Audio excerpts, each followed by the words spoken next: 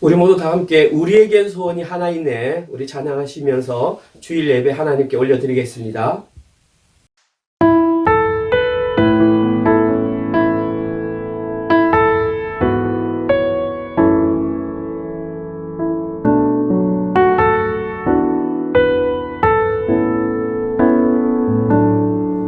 우리에겐 소원이 하나 있네. 주님 다시 오실 그날까지 우리 가슴에 새긴 주의 십자가 사랑, 나의 교회를 사랑케 하네. 주의 교회를 향한 우리 마음, 희생과 포기와 가난과 고난, 하물며 죽음조차 우리 막을 수 없네. 우리 교회는 이 땅의 희망,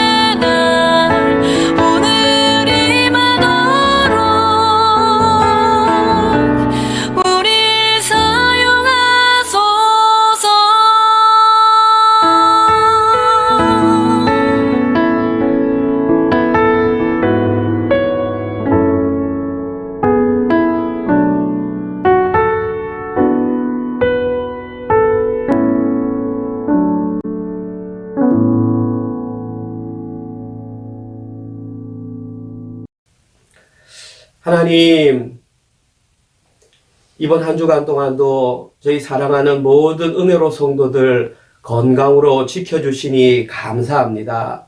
특별히 점점점 코로나 확진자 수가 늘어가는 상황 가운데서도 영적으로 육적으로 강건하게 붙잡아 주셔서 온전한 예배의 자리로 나올 수 있도록 인도하시니 감사합니다.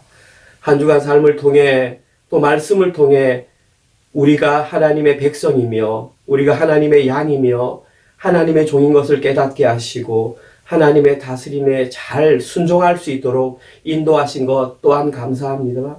이번 한 주간 삶을 통해서도 우리의 신분을 온전히 깨닫게 하시고 전적으로 하나님 한 분만 신뢰하며 살아가는 우리 모든 성도들 되게 하여 주시옵소서. 신령과 진정으로 드리는 저희들의 예배를 주님 흠양하여 주시옵소서. 예수님 이름으로 기도드렸습니다. 아멘. 우리 모두 다 함께 사도신경으로 우리의 신앙을 하나님께 고백하시겠습니다. 전능하사 천지를 만드신 하나님 아버지를 내가 믿사오며 그 외아들 우리 주 예수 그리스도를 믿사오니 이는 성령으로 잉태하사 동정녀 마리아에게 나시고 본디오 빌라도에게 고난을 받으사 십자가에 못 박혀 죽으시고 장사한 지 사흘 만에 죽은 자 가운데서 다시 살아나시며 하늘에 오르사 전능하신 하나님 우편에 앉아 계시다가 저리로서 산 자와 죽은 자를 심판하러 오시리라. 성령을 믿사오며 거룩한 공예와 성도가 서로 교통하는 것과 죄를 사하여 주시는 것과 몸이 다시 사는 것과 영원히 사는 것을 믿사옵나이다. 아멘. 우리 모두 다 함께 찬송가 44장 지난 1회 동안에 우리 함께 찬양 드리신 후에 문인현 집사님 우리를 위해서 대표 기도하시겠습니다.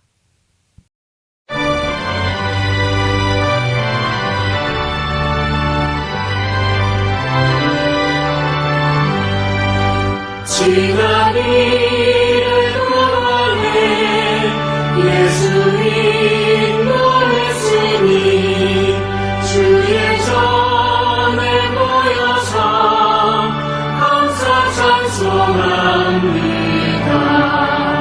가장 못된 이가는 하늘같이 펴로가 가장 못된 이가는 하늘같이 펴로가 주의 공로 힘입어 은혜 주심 빌 때에 화목하게 하시고 죄를 벗겨주소서.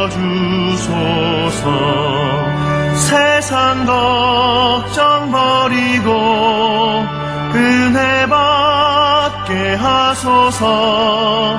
세상 걱정 버리고 은혜 받게 하소서. 하나님의 이름을 찬송하러 왔으니 모임 중에 계시고 영광 나타내소서. 기쁜 하늘 잔치에 참여하게 하소서. 기쁜 하늘 잔치에 참여하게 하소서. 주의 기쁜 복음을 모두 듣게 하시고 주의 은혜 베풀어 위로하여 주소서. 주님 오실 때까지 이날 지키리로다. 주님 오실 때까지 이날 지키리로다. 아멘.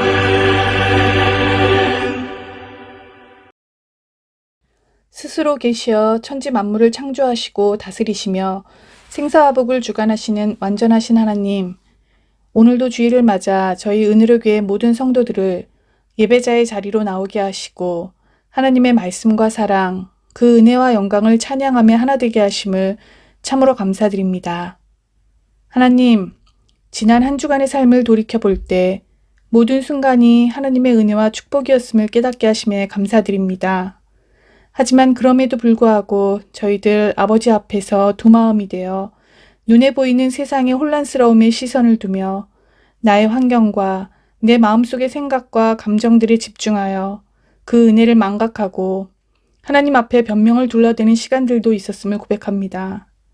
그러나 그 시간들조차도 아버지의 긍휼함으로 깨닫게 하시고 회개케 하시며 하나님 아버지의 말씀 앞으로 돌아오게 하심을 또한 감사드립니다. 하나님, 우리의 죄와 그 죄된 모습을 돌아보며 하나님 앞으로 돌이켜 나오길 외쳤던 이사야서 말씀에 이어 우리네와 다름없는 성정이었지만 어떤 상황과 환경 속에서도 하나님의 말씀을 청종하며 그 말씀대로 살아내고 찬양했던 시편 속의 다윗을 비롯한 다양한 시편 저자들의 찬양을 통해 은혜 주심을 감사합니다. 끝없는 인간의 탐욕과 이기심, 교만으로 인해 인간성과 도덕성이 상실되고 전쟁과 전염병이 난무하는 이 세상 속에서 저희 은혜로 교회 모든 성도들, 어린아이부터 좁은 길 학생부, 청년들, 그리고 장년에 이르기까지 개개인 모두가 각자가 처한 다양한 환경 속에서 하나님의 백성, 하나님의 군대로서 지으신 그 목적과 뜻대로 예수님과 연합한 하나님 절대 의존적 존재로서의 삶을 살아내길 간절히 소망합니다. 그를 위해 날마다 이뤄지는 매일 큐티 말씀은 물론이요, 주일 설교 말씀, 또한 10주 계획으로 이루어지는 새가족 교육까지 매 순간 집중하여 최선을 다함으로 예수님만이 주인 되시며 십자가 구원의 복음과 하나님 나라, 영생만이 선포되어지는 진리 안에서 모든 성도들이 자유를 누리며 믿음의 유산이 올바르게 대물림되는 은혜로 교회로 바로 세워지게 하여 주시옵소서. 또한 윤춘식 목사님과 그 가정을 위해서 기도드리오니 늘 말씀 안에서 충만한 은혜로 평안케 하사 사명 감당함에 있어 부족한 모든 것 채워주시옵고 진리의 말씀을 선포하실 때마다 듣는 저희들로 하여금 깨닫는 지혜와 감동하는 마음을 주시고 실천하는 용기를 주시옵소서. 학생부를 위해 헌신하시는 석희환 전도사님과 그 가정은 물론이요 온라인 예배를 위해 애쓰시는 모든 손길, 은혜로 교회 모든 가정들과 청년들에게도 동일한 은혜와 축복을 주시길 간절히 소망합니다. 그리고 지금 이 순간에도 세계 각국의 다양한 선교지에서 어려운 환경에도 불구하고 모든 것을 바쳐 헌신하고 계신 선교사님들을 기억하사 영육간의 강건함으로 붙들어 주시고 지치지 않게 하시며 사명 감당함에 있어 필요한 모든 것들이 아버지의 계획과 뜻 안에서 채워지게 하여 주시옵소서.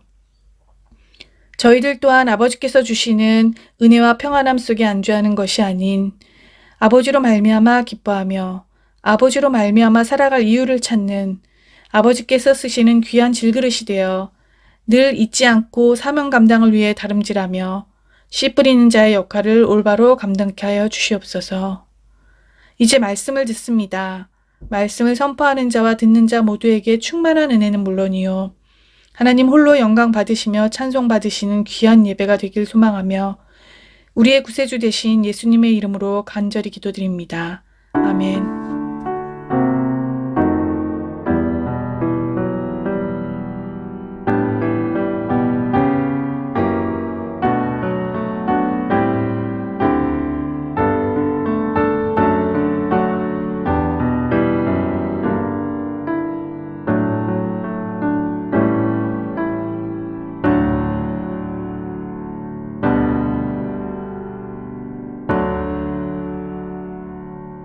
오늘 저희들이 함께 나눌 말씀은 시편 66편 10절에서 15절 말씀입니다.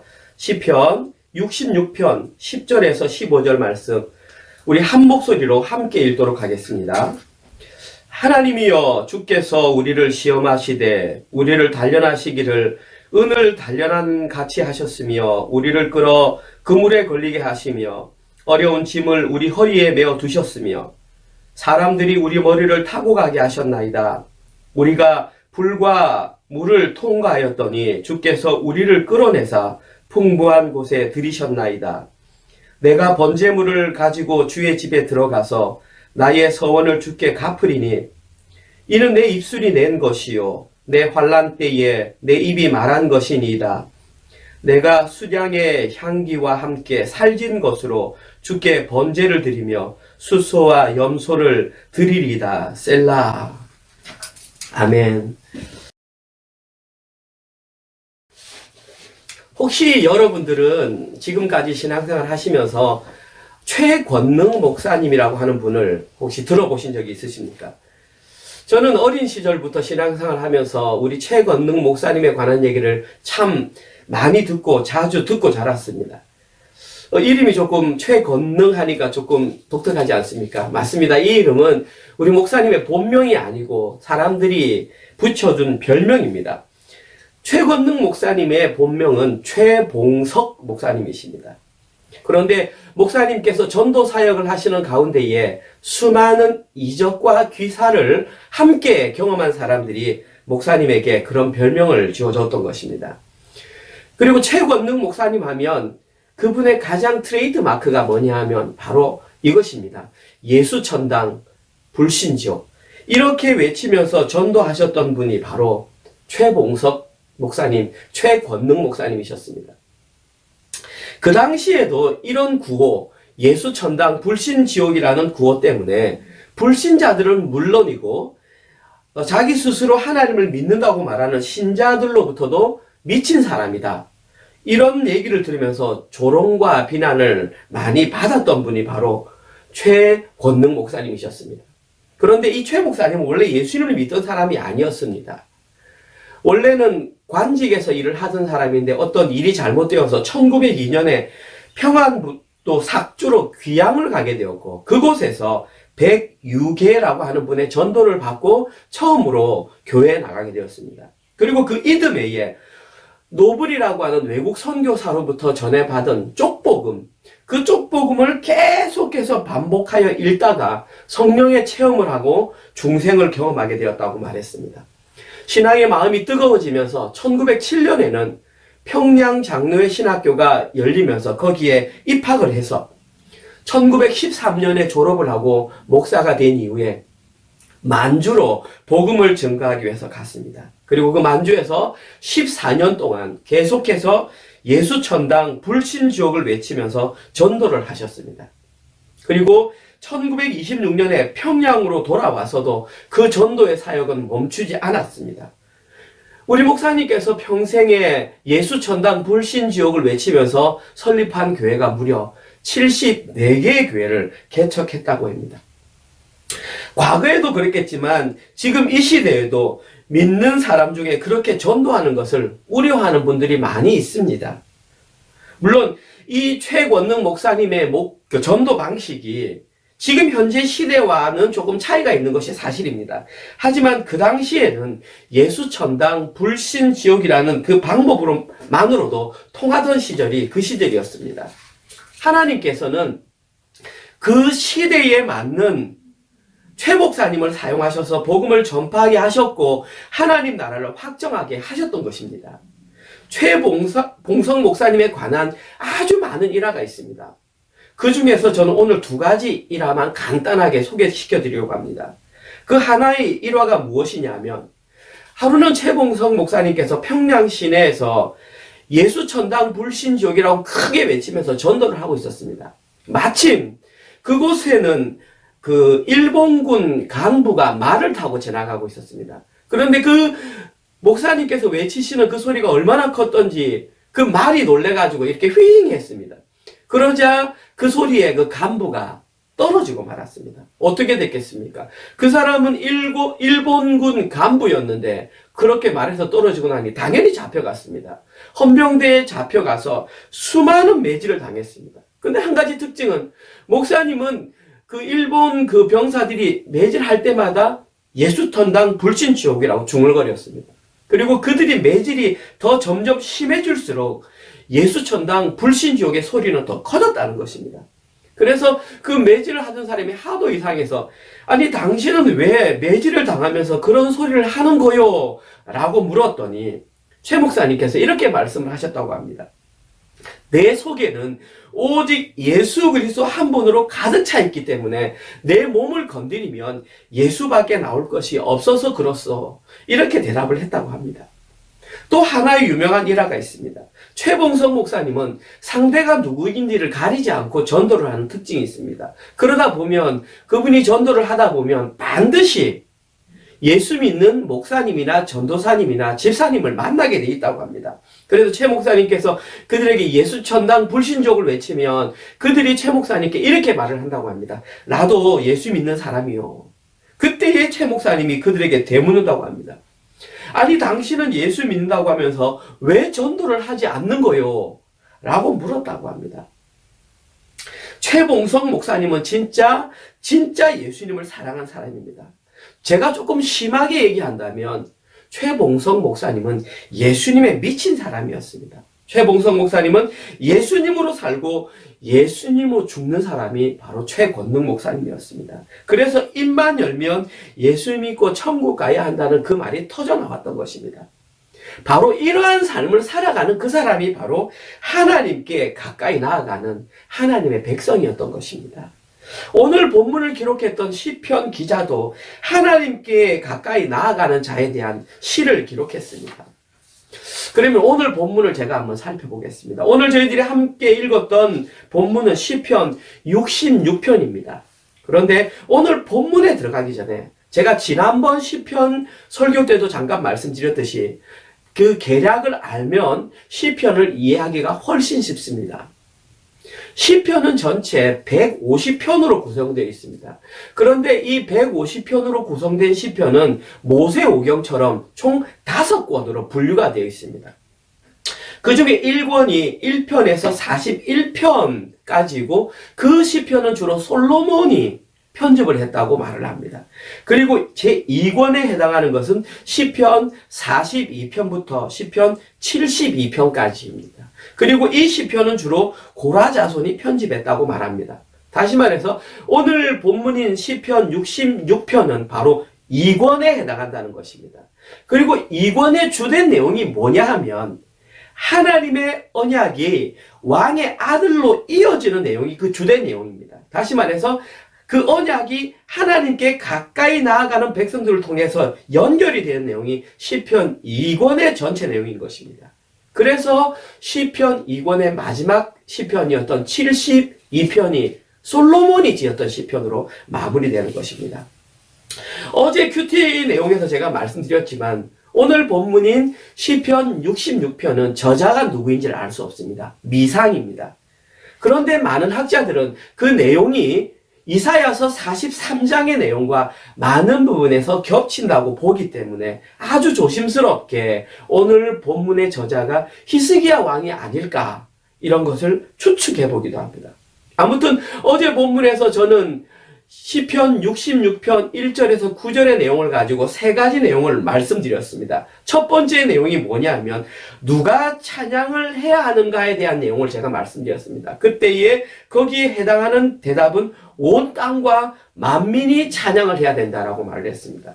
두 번째는 왜 찬양을 해야 하는가라는 질문에 대해서 하나님께서 큰 권능으로 홍해를 가르시고 요단을 건너게 하심으로 이스라엘 백성들을 구원해 주셨기 때문에 찬양해야 된다고 말을 했습니다.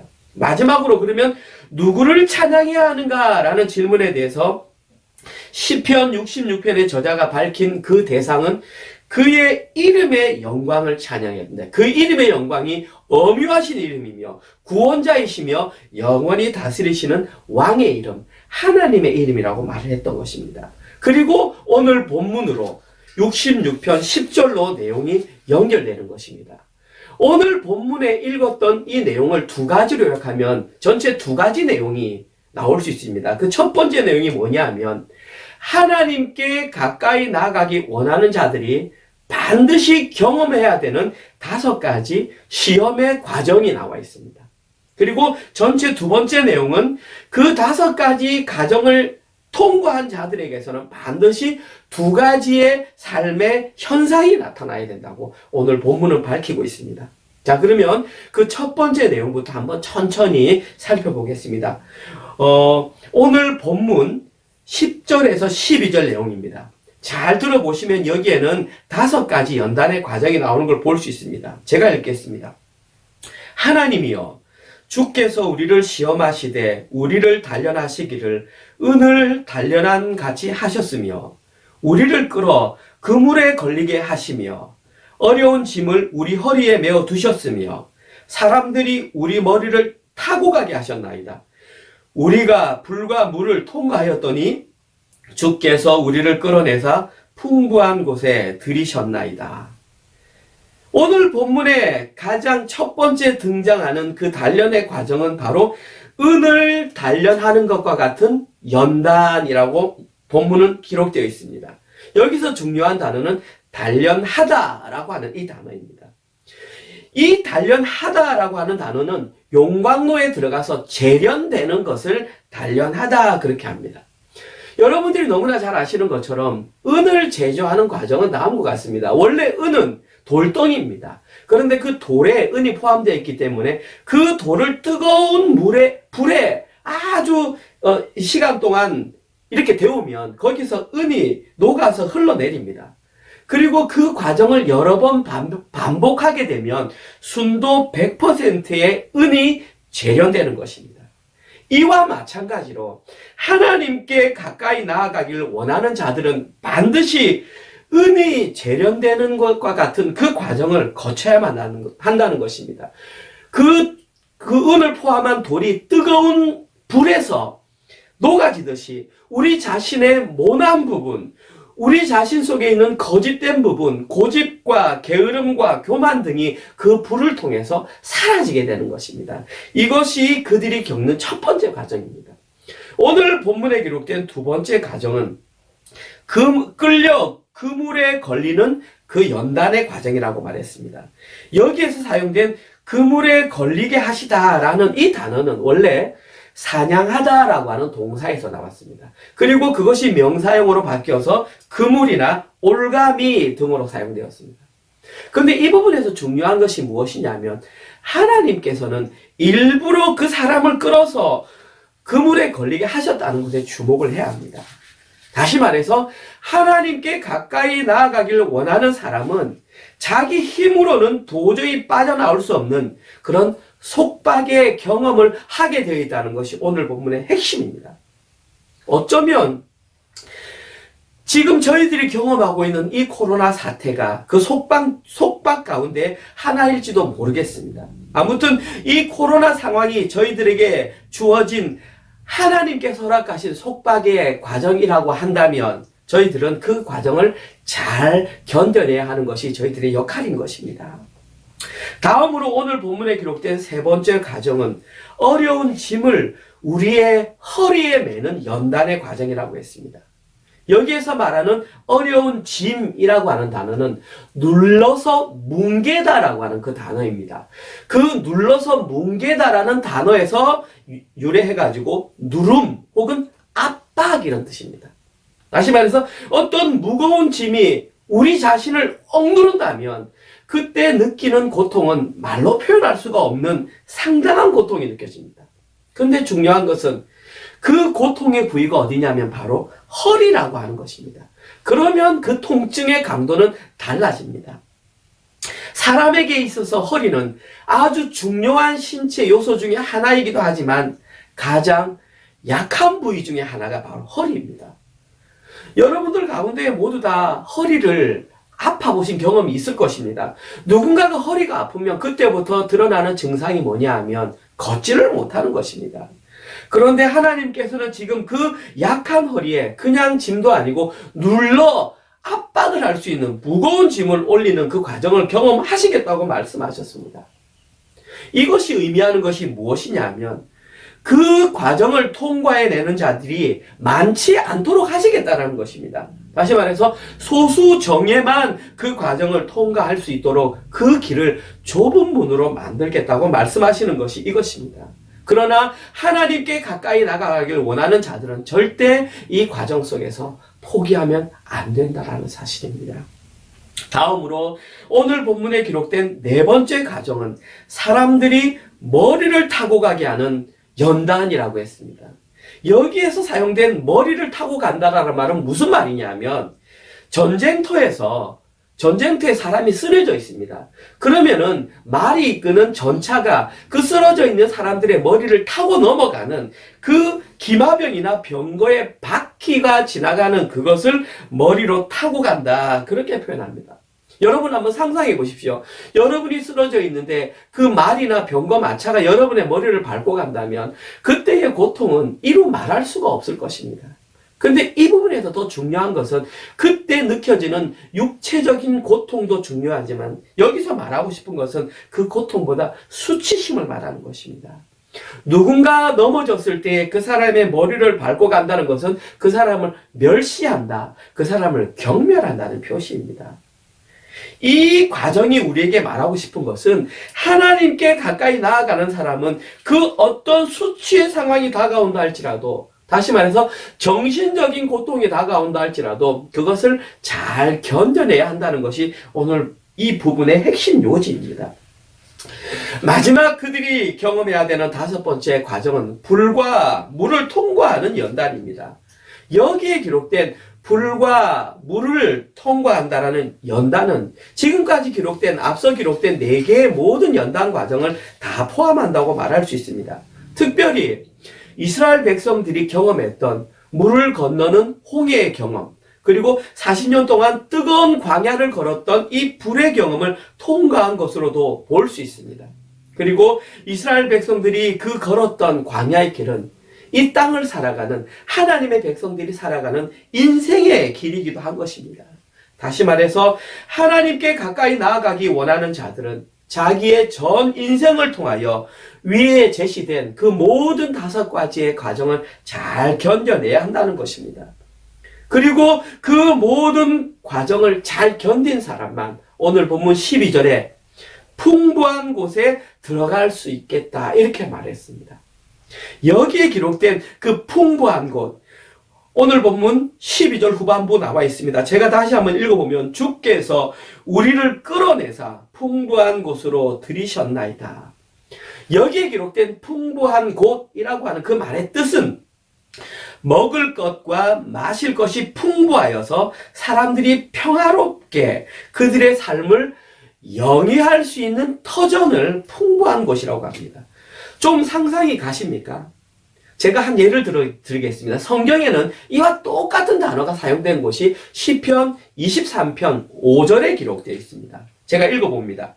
주께서 내 원수의 목전에서 내게 상을 차려주시고 기름을 내 머리에 부으셨으니 내 잔이 넘치나이다. 여기에 기록된 내 잔이 넘치나이다 라는 단어와 풍부한 곳으로 이끌다라는 단어가 똑같은 단어입니다.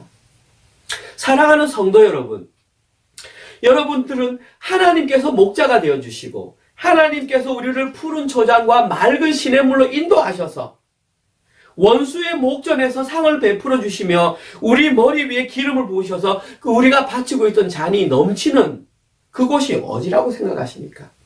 그곳은 단 한 군데밖에 없습니다. 그것은 바로 하나님의 임재가 가득한 하나님 나라를 의미하는 것입니다. 다시 말해서 오늘 본문에 기록된 이 모든 연단의 과정을 잘 견뎌낸 하나님께 가까이 나아가는 그 사람들만 하나님 나라로 들어갈 수 있다는 것을 우리에게 알려주는 것입니다. 다음으로 오늘 본문의 큰 두 번째 부분입니다. 오늘 본문의 큰 두 번째 내용은 그 5가지 연단의 과정을 무사히 통과한 자, 다시 말해서 하나님께 가까이 나아간 그 자들에게 나타나는 2가지 현상 가운데 첫 번째 현상입니다.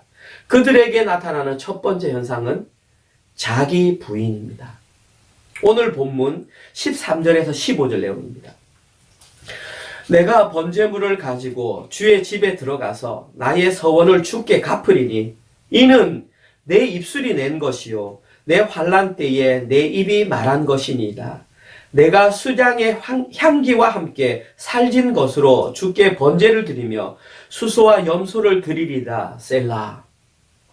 이 부분에서 자기 부인과 관련하여 저희들이 가장 밀접하게 살펴볼 수 있는 단어가 2가지가 등장했습니다. 13절에 보면은 번제물이라는 단어가 나와 있고 15절에 보면 번제를 드린다라는 단어가 나와 있습니다. 바로 오늘 본문에서 저자가 하나님의 집에 들어가서 드리겠다는 그 번제가 바로 자기 부인과 밀접하게 연관된 단어입니다.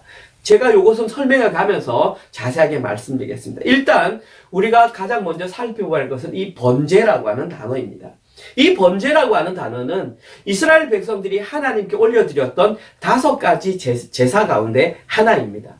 혹시 여러분들은 그 5가지 제사의 종류를 알고 계십니까?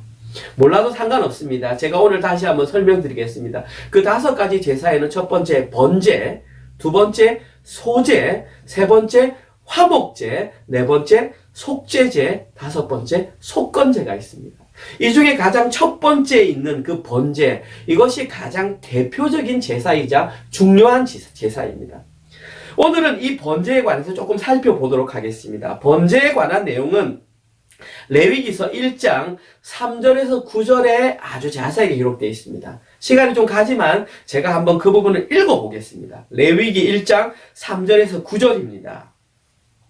그 예물이 소의 번제이면 흠없는 수컷으로 회막문에서 여호와 앞에 기쁘게 받으시도록 드릴지니라.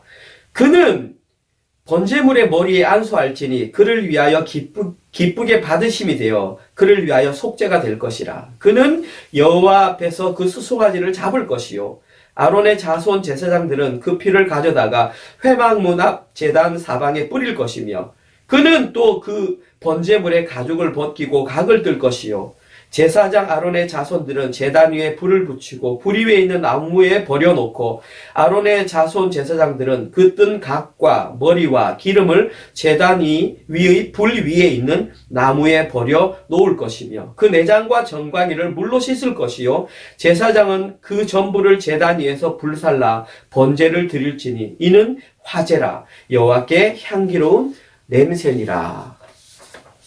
여기에서 가장 먼저 등장하는 내용이 뭐냐면 바로 번제를 드릴 수 있는 제물에 관한 내용입니다. 그 첫 번째 부분을 보시면 알겠지만 그 제물이 소이면 이런 전제가 나와 있습니다. 흠 없는 수컷으로 드려야 한다. 이렇게 기록되어 있습니다. 여기에서 중요한 것은 제물의 종류가 아니라 흠이 없어야 한다는 것이 가장 중요한 내용입니다.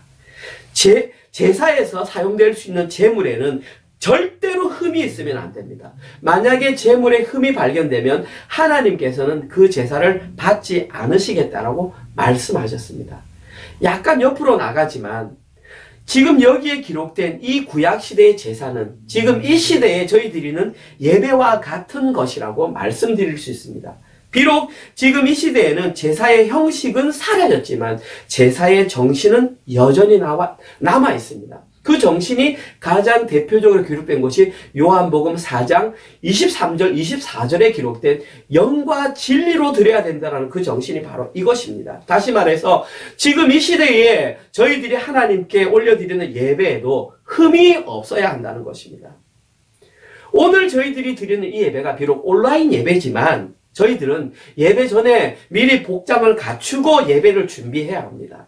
그리고 성경책도 미리 준비하고 주변도 잘 정돈하고 헌금도 미리 준비하여서 정성스럽게 참여하는 그 예배를 하나님께서 받으신다라는 말씀입니다. 본론으로 돌아와서 하나님께서는 번제를 드리는 순서를 여기에서 아주 구체적으로 밝히고 있습니다. 한번 본문을 보면서 따라와 주시기 바랍니다. 가장 먼저 번제를 드리기 원하는 그 사람은 제물의 머리 위에 그 사람의 손을 얹어서 안수를 해야 된다고 했습니다. 여기에서 말하는 이 안수의 의미는 이 사람이 가지고 있는 죄가 그 제물에게 전가되는 것을 의미합니다. 다음으로 그 번제를 드리는 사람이 직접 그 소송아지의 목을 잡아야 한다고 했습니다. 제사장이 대신 죽여주는 것이 아니라 번제를 드리는 그 사람이 직접 수송아지의 목을 끊어야 된다고 했습니다. 여러분, 그 사람이 수송아지의 목을 대는 순간 피가 팍 터질 것입니다. 그럼 그 사람의 몸은 피로 다 이렇게 튈 것입니다. 이렇게 그 사람이 직접 그 소를 잡는 이유는 그 제물의 죽음을 보면서 자기의 죽음을 직접 생각하라는 것입니다. 그리고 나면 제사장은 그 소에게서 피를 받아서 제단 사방에 피를 뿌린다고 했습니다. 그 다음에 제사를 드리는 사람이 해야 되는 역할이 뭐냐 하면 그 소의 가죽을 직접 다 벗겨내야 합니다. 다 벗겨낸 다음에 그 고기가 불에 잘 탈 수 있도록 다 각을 떠야 한다고 했습니다. 여기에서 중요한 것은 그 각을 뜨는 것인데 이 각을 뜨는 것이 뭐냐 하면 바로 우리가 설교 시간에 말씀을 듣는 것입니다. 말씀이 우리의 심령 골수를 찔러 쪼개서 각을 뜨는 것, 그리고 일주일 동안 우리가 살아갈 때에 묵상을 하면서 말씀을 깊이 묵상하는 것이 바로 각을 뜨는 그 행위입니다.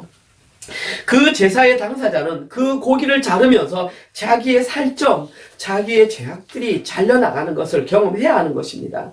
그리고 그 제사장이 불을 피워놓은 제단 위에다가 자기가 뜬 살 각점, 그리고 머리, 기름, 내장, 정간이, 다시 말해서 그 소에 있는 모든 것을 다 제단 불 위에 올려놓고 태워야 한다는 것입니다. 이것이 번제의 가장 큰 특징입니다. 번제는 그 모든 재물이 제가 될 때까지 완전히 태우는 것이 바로 번제의 가장 큰 특징입니다. 이와 같이 재물을 전부 다 불에 태워져 버리면, 제가 돼버리면 내 자신이 완전히 사라져 버리는 것입니다. 이제는 오직 하나님께만 온전히 바쳐진 새 사람으로 태어난다는 것입니다. 이것이 바로 번제의 의미이며 영적으로 자기 부인의 의미인 것입니다. 이처럼 하나님께 가까이 나아가는 자들에게서는 예수님께서 제자들에게 늘 언급하셨듯이 그 자기 부인의 형상이 드러나야 한다는 것입니다. 다음으로 하나님께 가까이 나아가는 자들에게 나타나는 두 번째 현상은 바로 이웃 사랑입니다. 여기에 관한 내용도 오늘 본문 13절에서 15절인데 시간 관계상 생략합니다. 이 부분에서 저희들이 살펴보아야 할 부분은 13절 후반 부분에 이런 내용이 나와 있습니다. 나의 서원을 주께 갚으리니, 나의 서원을 주께 갚는다라는 것은 번제와는 다른 제사입니다. 제가 좀 전에 말씀드렸던 레위기에는 5가지 제사가 있다고 그랬습니다. 번제, 소제, 화목제, 속죄제, 속건제. 그런데 바로 여기서 나의 서원을 주께 갚겠다라고 하는 것은 세 번째 제사인 화목제 중에 하나가 바로 서원제입니다. 화목제에는 여러분 3가지 제사가 있습니다. 첫 번째가 감사제, 그리고 서원제, 낙헌제가 있습니다. 오늘 본문에 기록된 이 서원제가 바로 화목제사 중에 한 제사입니다. 오늘 본문에 보면 이 시편의 저자는 자기가 환난에 처했을 때에 하나님께 이렇게 제사를 드리겠다고 서원을 했었습니다. 그리고 오늘 본문에서 그 서원 제사를 직접 갚겠다라고 말을 했습니다. 그러면 이 서원제가 포함된 화목제의 제사가 어떠한지를 살펴보면 오늘 본문 저자의 마음을 알 수가 있습니다. 화목제에 관한 내용은 레위기서 3장 6절에서 11절에 기록되어 있습니다. 제가 읽어봅니다.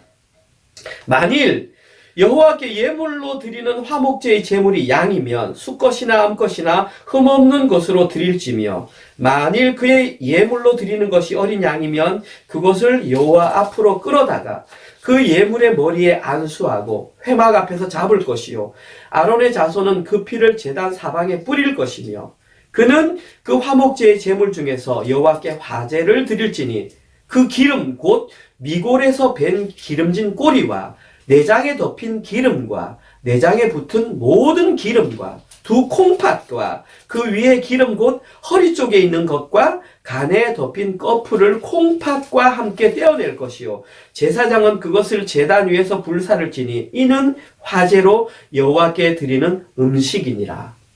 여기에서 저희들이 가장 먼저 살펴볼 수 있는 것도 번제와 마찬가지로 화목제의 제물로 드릴 수 있는 내용입니다.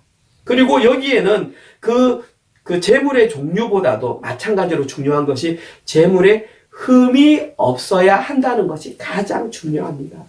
이처럼 성도가 하나님의 백성으로 거룩하게 살아가는 것은 참으로 중요한 것입니다. 나머지 제사를 드리는 과정은 번제와 동일하기 때문에 생략하겠습니다. 화목제와 번제가 가장 다른 2가지 내용만 제가 간략하게 짚어드리겠습니다. 그 첫 번째가 뭐냐 하면 불 위에 올려지는 그 태워지는 종류가 다르다는 것입니다. 내용물이 다르다는 것입니다. 다시 말해서 번제는 고기든 내장이든 뭐든 다 태워버린다고 했는데 화목제는 그렇지 않습니다. 화목제는 방금 읽었던 레위기 3장 9절과 10절에 보면은 그 내용을 딱 2글자로 요약하면 기름과 콩팥입니다. 여기에서 말하는 기름과 콩팥이 의미하는 것은 그 제물에서 가장 중요한 부분을 불로 태워버리라 이렇게 하셨던 것입니다. 오늘 본문에는 이 내용을 뭐라고 말했냐면 오늘 본문 15절에 살찐 것으로 태워드려라 이렇게 말을 했습니다. 오늘 본문 15절에 기록된 살찐 것이라고 하는 원어적인 의미는 통통한, 지방이 많은, 풍부한, 고귀한 이런 뜻입니다. 여러분들 가운데 고기 드실 줄 아는 분들은 아마 아실 겁니다. 진짜 고기를 맛있게 먹는 사람은 반드시 기름이 있는 지방 부분을 함께 먹어야 그 고기의 육질이 제대로 느껴진다고 말합니다.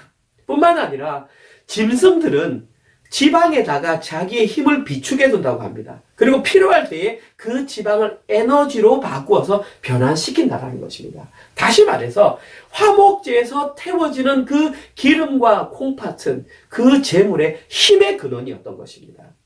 자신에게 있어서 힘의 근원이 되는 것은 모두 태워버리고 하나님 한 분만을 의지하며 살겠다는 결단이 바로 여기에 드러나 있는 화목제의 모습이었던 것입니다. 다음으로 화목제와 번제가 구별되는 두 번째 특징은 뭐냐 하면, 아까 번제에서는 고기까지도 다 태워버렸는데 화목제는 고기를 안 태웁니다.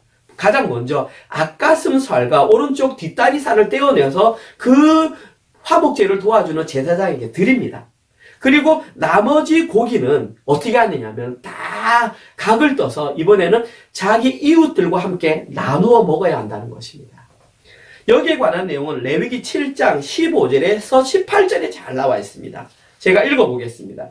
감사함으로 드리는 화목제물의 고기는 드리는 그날에 먹을 것이요 조금이라도 이튿날 아침까지 두지 말 것이니라. 그러나 그의 예물의 제물이 서원이나 자원하는 것이면 그 제물을 드린 날에 먹을 것이요 그 남은 것은 이튿날에도 먹되 그 제물의 고기가 셋째 날까지 남았으면 불사를 지니 만일 그 화목제물의 고기를 셋째 날에 조금이라도 먹으면 그 제사는 기쁘게 받아들여지지 않을 것이라.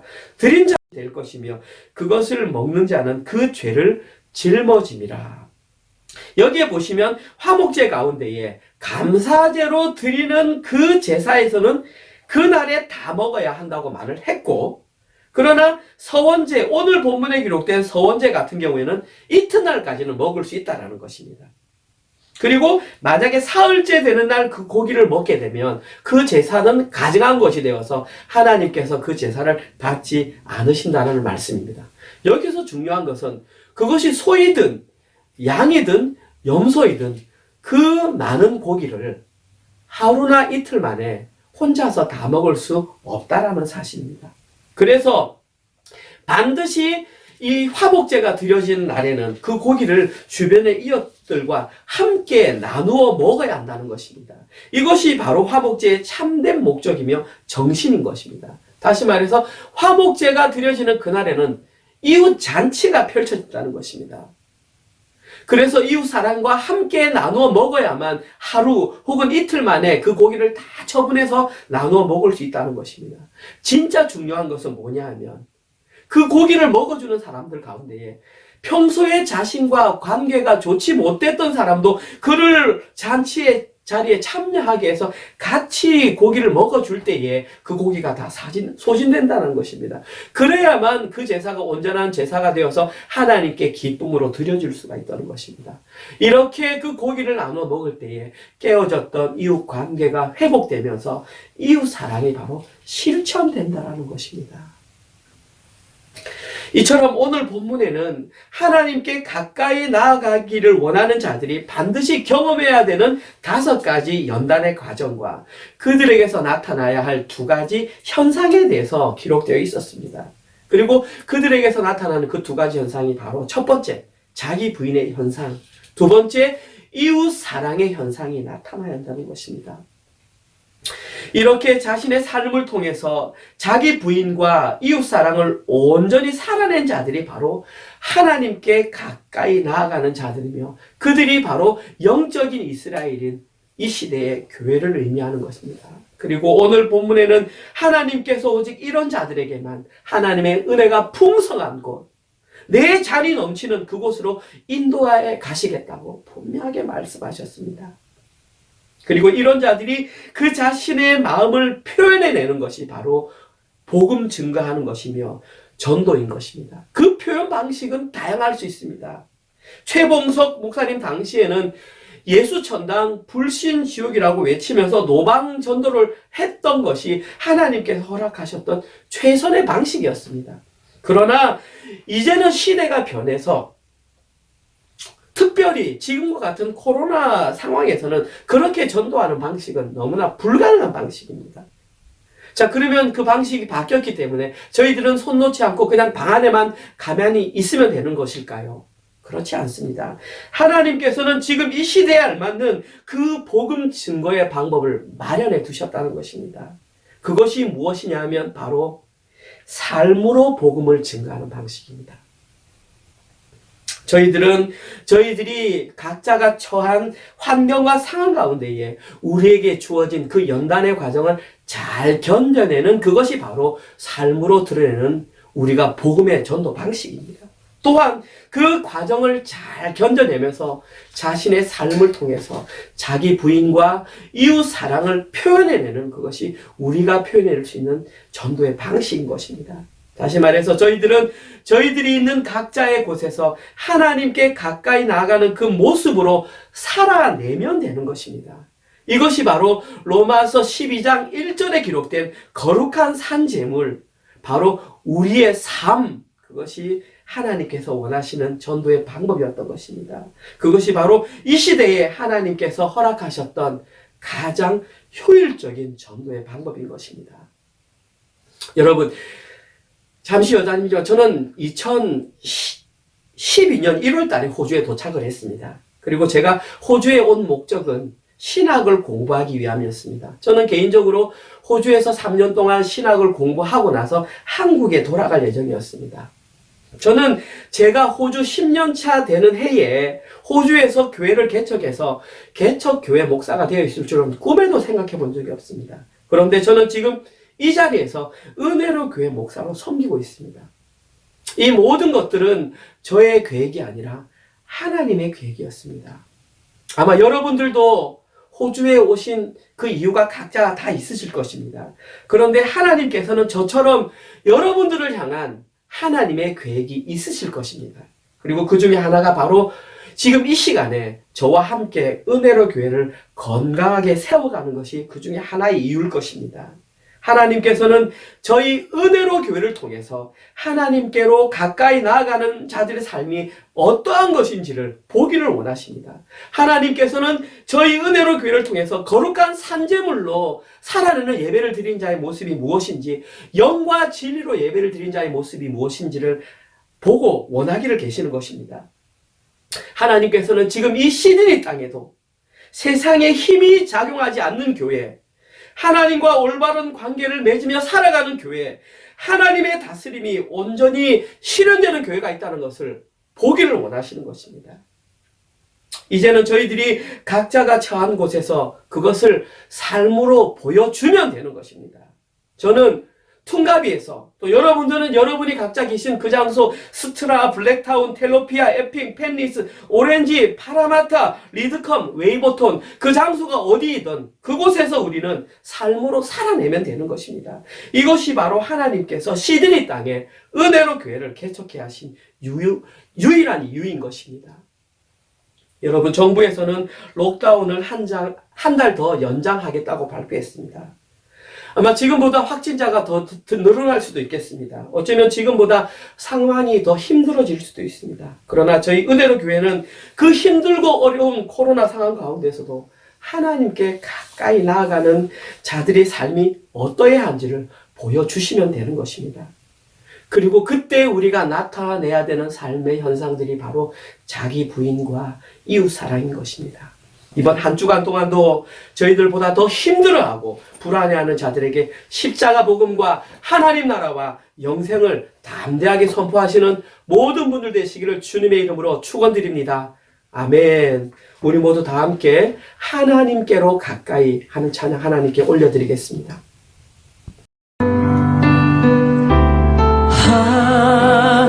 하나님께로 더 가까이 갑니다. 고통 가운데 계신 주님, 변함없는 주님의 크신 사랑, 영원히 주님만을 섬기리.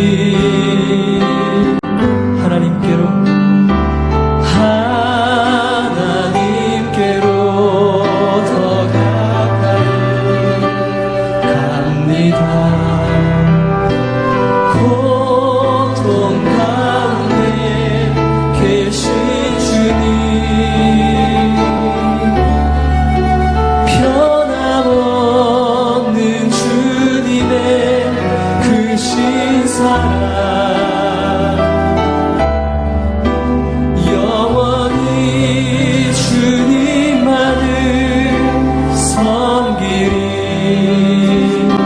예수님께로 더 가까이 갑니다. 예수님께로 더 가까이 갑니다. 고통 가운데 계신 주님, 변함없는 주님의 크신 사랑, 영원히 주님만을 섬기리. 성령님께로 더 가까이, 성령님께로 더 가까이 갑니다. 고통 가운데 계신 주님,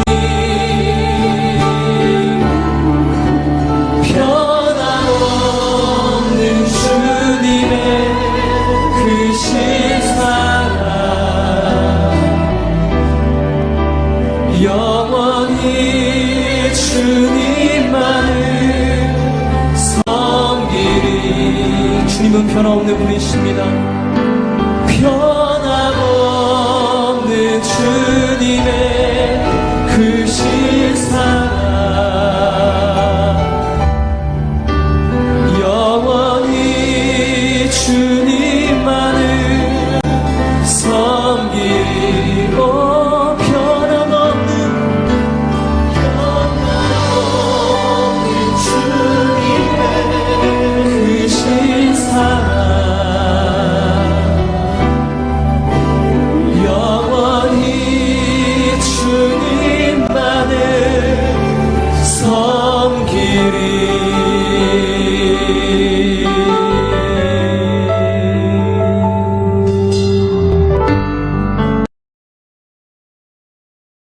하나님 감사합니다. 오늘도 귀한 말씀을 통해서 하나님께 가까이 나아가기를 원하는 자가 어떠한 삶을 살아야 하는지 알려주시니 참으로 감사합니다. 하나님, 저희들이 삶을 살아갈 때에 저희들 삶 가운데 나타나는 5가지 연단의 과정들을 잘 견뎌내게 하여 주시옵소서. 힘들고 어려울 때마다 우리보다 먼저 그 길을 걸어가신 예수님을 바라보며 힘을 얻게 하시고 중도에 포기하거나 다른 길로 나아가지 않도록 인도하여 주시옵소서. 또한 그 길을 잘 걸어내어서 우리의 삶을 통해서 자기 부인과 이웃 사랑하는 그러한 모습을 우리의 삶으로 잘 드러내게 하여 주시옵소서. 우리의 그러한 모습을 바라보며 우리의 이웃들과 이 시드니 땅에 있는 사람들이 참으로 이 땅 가운데에도 하나님의 뜻을 이루며 살아가는 자들이 있다는 것을 발견할 수 있도록 인도하여 주시옵소서. 특별히 그것을 삶의 증거로 드러내는 마음으로 소중하게 저희들이 한 주간 동안 열심히 일했던 물질을 11조와 감사헌금과 주일헌금으로 올려드렸습니다. 하나님이 이 헌금이 오직 하나님의 영광을 위해서 사용되게 하시고 우리 인간의 욕망을 드러내는 곳에 잘못 사용되지 않도록 주님 긍휼을 베풀어 주시옵소서. 이제는 우리 주 예수 그리스도의 은혜와 하나님의 사랑하심과 성령님의 위로 교통 감화하심이 자기 앞에 주어진 연단의 과정을 잘 걷고 자기의 삶을 통하여 자기 부인과 이웃 사랑의 삶을 살아가기로 결단하는 모든 은혜로 교회 성도들 머리 위에 지금부터 영원토록 함께 있을지어다. 아멘.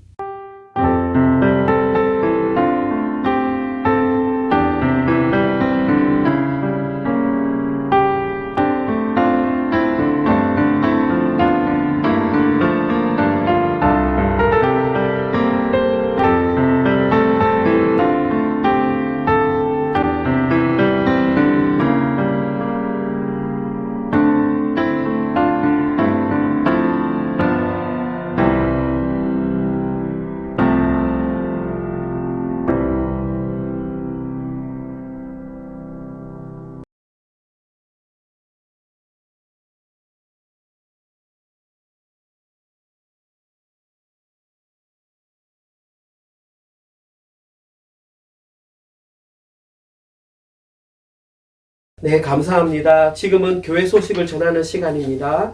어제 나눠드렸던 주보를 참고해 주시기 바랍니다. 나머지 내용은 변화가 없습니다. 4번에 보면 정기 대신방은 일단 10월 이후로 잠정적으로 연기하도록 하겠습니다.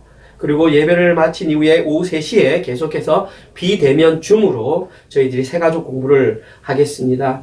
가급적이면 한 분도 빠짐없이 다 참석해 주시기 바랍니다. 왜냐하면 내용이 연결이 되어야 그 다음 과정을 보다 더 이해가 쉽기 때문입니다. 바쁘고 힘드시겠지만 꼭 참석해 주셨으면 감사하겠습니다. 6번에 보시면 좁은 길 청소년부 모임, 예배를 마친 즉시 모인다고 합니다. 우리 청소년들 적극 참여해 주시고, 7번에 보시면 락다운이 9월 말까지 연장된다고 발표했습니다. 그 기간 동안 영육 간의 안전에 유의해 주시기 바랍니다. 그리고 주부에 나와 있지 않지만 매일 성경 구입, 여러분들 특별히 나머지 부분은 이은석 집사님이 그 우편으로 보내주시면 청년들 같은 경우에는 앱으로 구입하시면 가격도 싸고 훨씬 편리하게 사용할 수 있습니다. 그래서 꼭 구입하셔서 매일매일 실시되는 그 묵상에 여러분들 함께 적극적으로 동참하셔서 말씀이 우리 삶의 지표가 될 수 있도록 동참해 주시기 바랍니다. 우리 모두 다 함께 마라나타 찬양하면서 주일 예배 마치도록 하겠습니다. 한 주간 동안도 승리하시기 바랍니다.